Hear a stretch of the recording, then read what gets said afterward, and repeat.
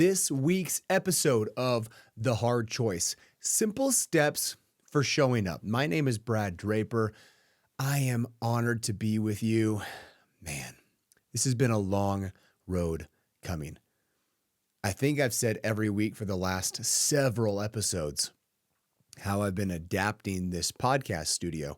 I've been building it out, curating it, making it something that I want to do work in. Not only that, but I want people to come. I want to monetize it. I want it to be used so others have a lower threshold for barrier of entry.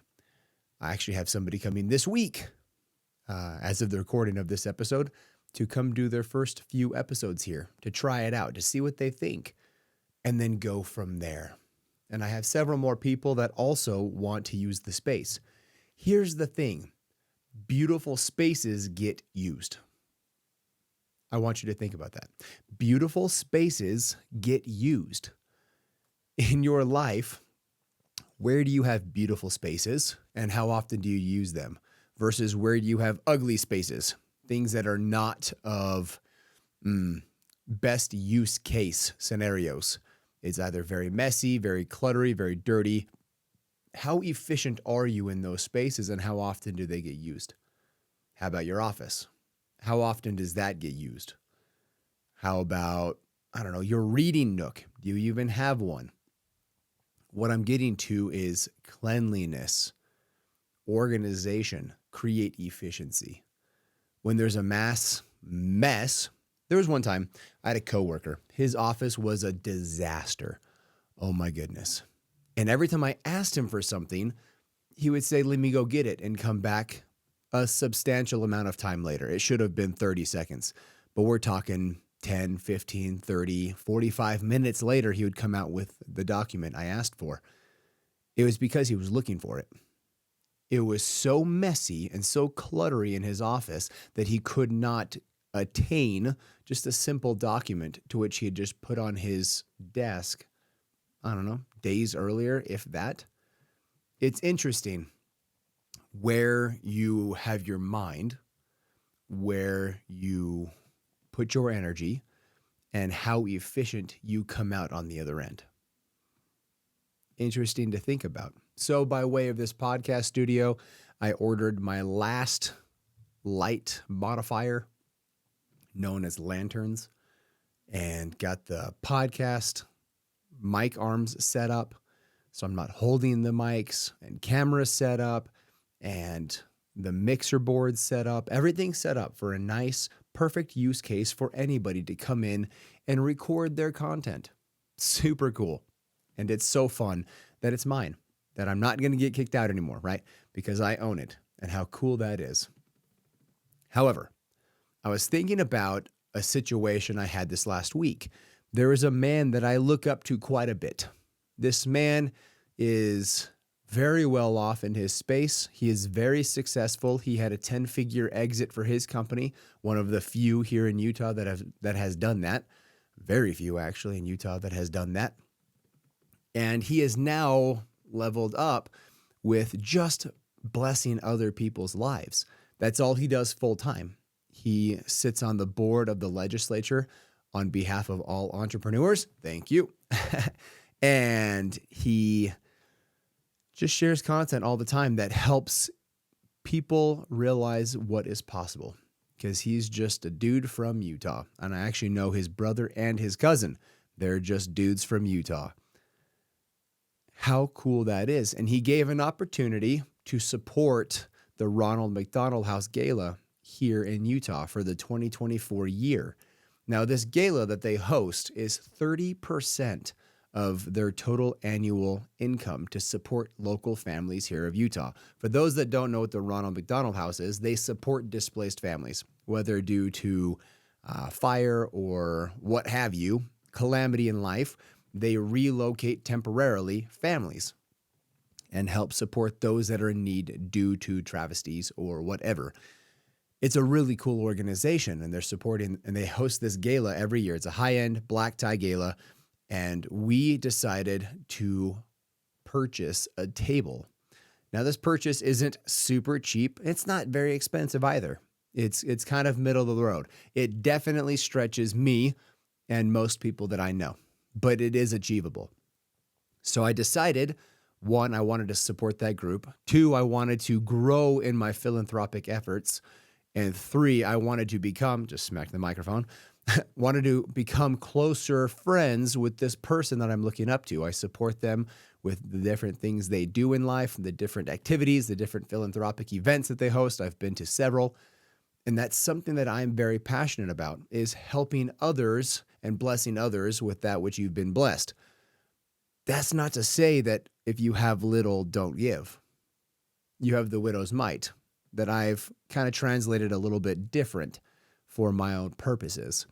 The widow's mite talks about this woman that she doesn't give very much, but she gives all she has, and therefore she gives more than everybody else because they gave, by way of percentage, very little compared to what they had. She gave everything.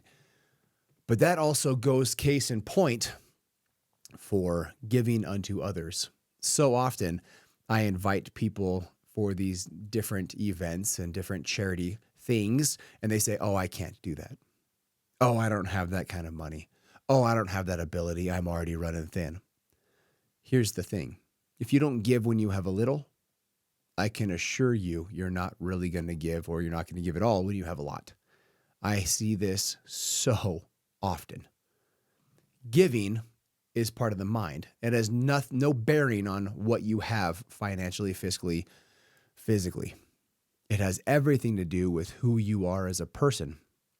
I was having a conversation with a friend, exceptionally wealthy, and we were talking about giving a tip. I said, I always give a 20% or greater tip. That's just who I am. I made the decision years ago. It has no bearing on what type of service I received. It has everything to do with who I am. I give 20% or greater. And it is such a cool blessing to do. I calculate that in before I even go eat. If I am not if I'm not able to afford that, I don't go eat there. I go somewhere else. That is calculated in to my food cost. But this person, he said, well, if the service sucked, I don't give them any tip, or I give them a 10% tip or a 5% tip. If their service sucked, I don't want to encourage bad behavior. I said, well, what if that person's just having a really rough day? What if their mom died?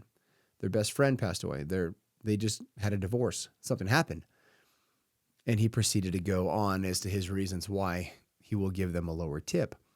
This is a very, very similar situation. It's about who you are, not about what you do or what you have. It's a mental game. So proceed.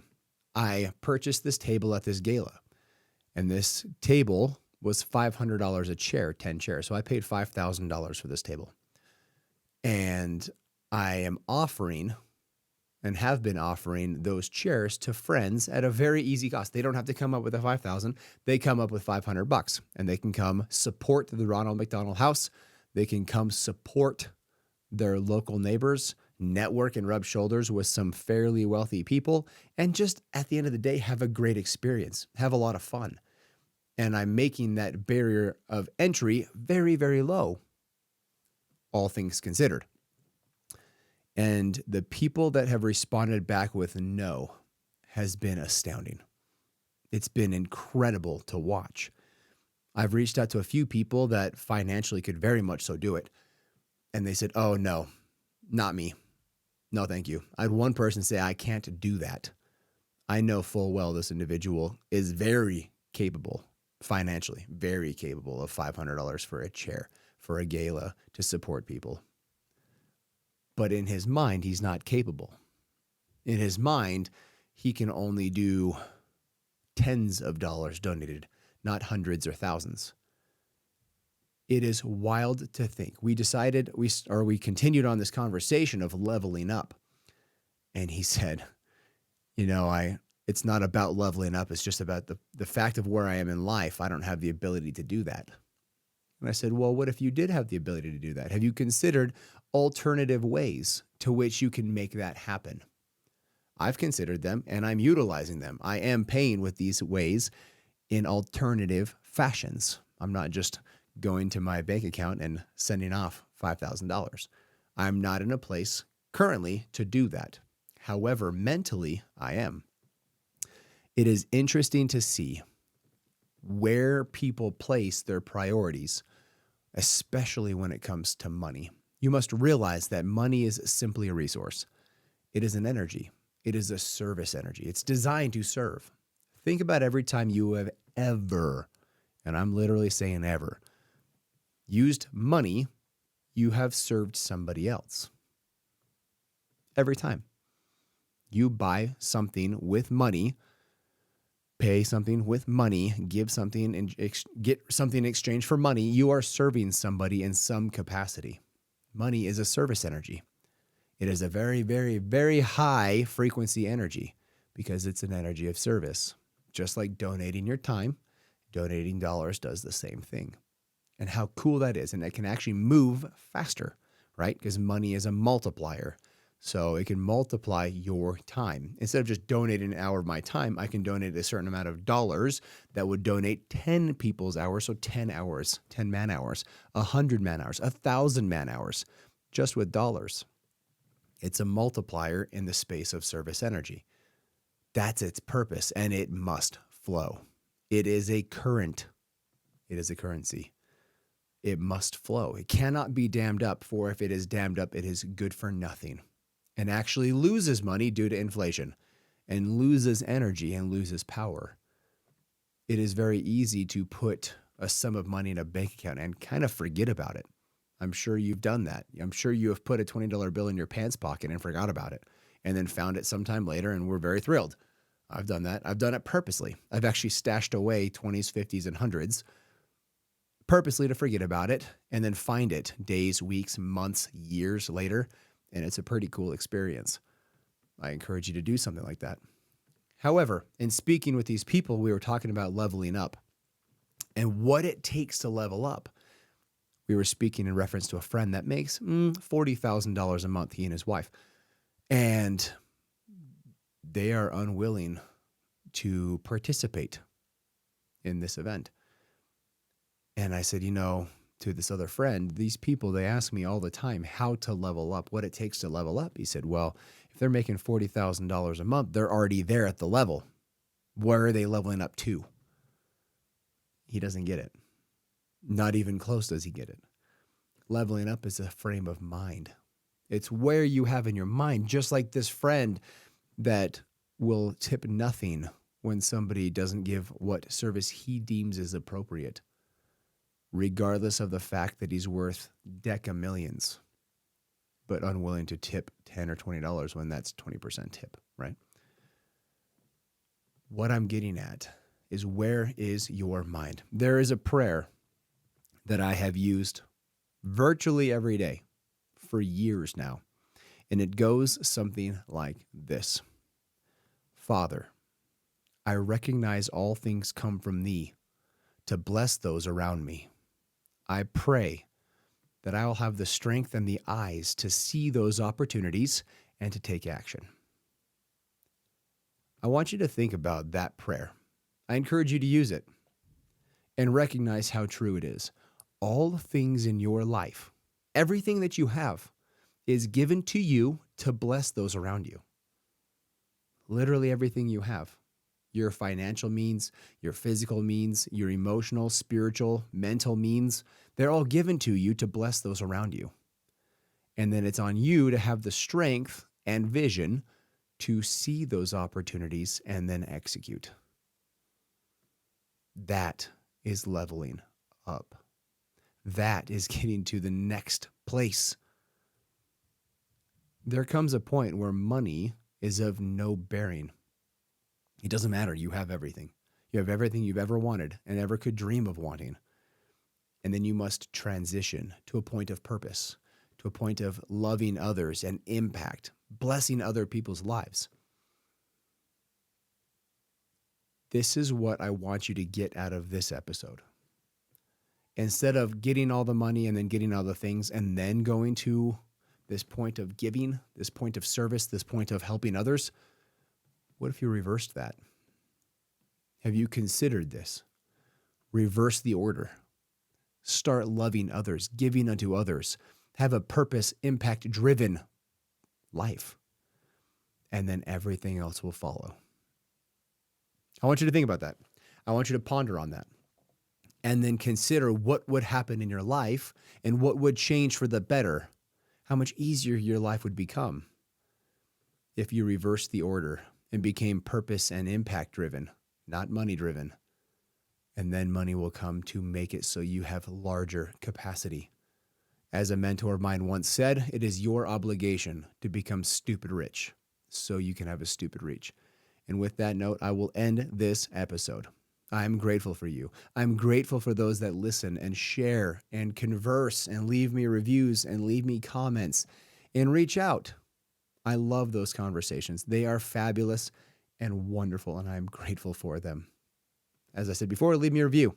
Apple, Spotify, Google is leaving the podcast scene, but you can still find me on Amazon and iHeartMedia and all the things. You can find me on social, Mr. Brad Draper. Until next week, like this thing, subscribe to it, download it for future listenings. I love you guys. Bye.